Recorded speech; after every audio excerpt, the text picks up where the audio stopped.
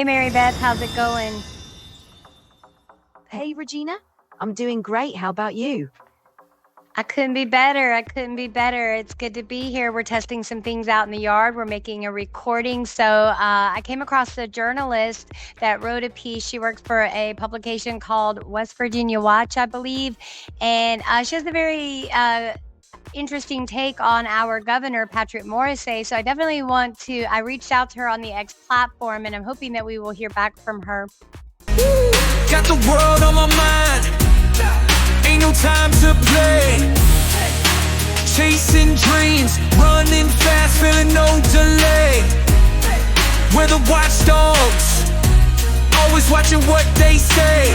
Eyes wide open, we're taking what's ours. Breaking through the silence, aiming for the stars. The grind don't stop, we're living in the scars. On Watchdog Wednesday, we're raising the bar. Awesome. It's always great to connect. Questions or topics are you thinking about discussing with her?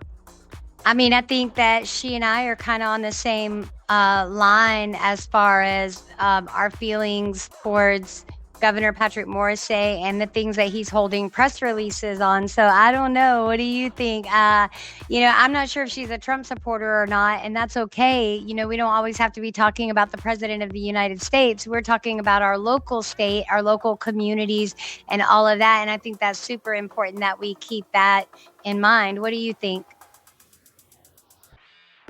I think that's a solid approach. Focusing on local issues and how they impact the community can really resonate with listeners. Maybe you can ask her about specific policies or decisions by Governor Morrissey that she's been covering and how they affect your area. Keeping it local and relatable is key. Agreed. So we'll see if she reaches back out. For now, I'm going to take you off the stage and we're going to bring up the X platform. Are you cool with that, my lady? Absolutely. Sounds like a plan. We'll check. All right, let's see what Elon Musk, Ted Cruz is, Senator Ted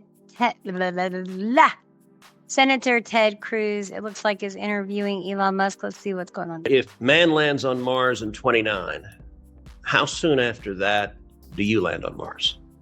It remains to be seen. I'm not sure. The important thing is that we build a self-sustaining city on Mars as quickly as possible.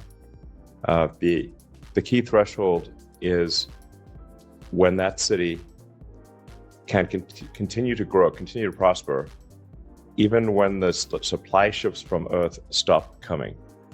At that point, even if something would happen on Earth, it might not be World War III, but it might be that a bad virus. Yeah, it might not be anything. One thing, I was saying is, it's like say civilization could die with a bang or a whimper. It may be that civilization dies with a whimper rather than a bang, and simply loses the ability to send ships to Mars.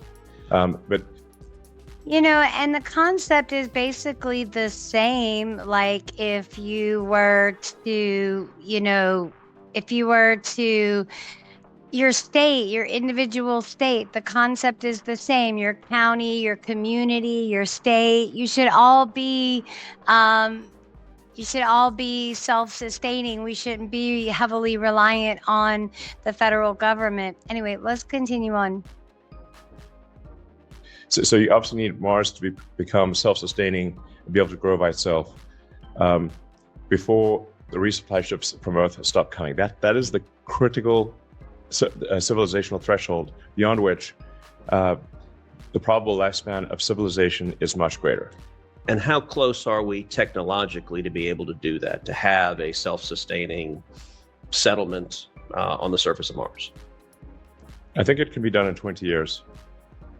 But it would take 20 years. So we're not, in 29, we're not there. What are we missing? Well, what are the big technologies we don't have?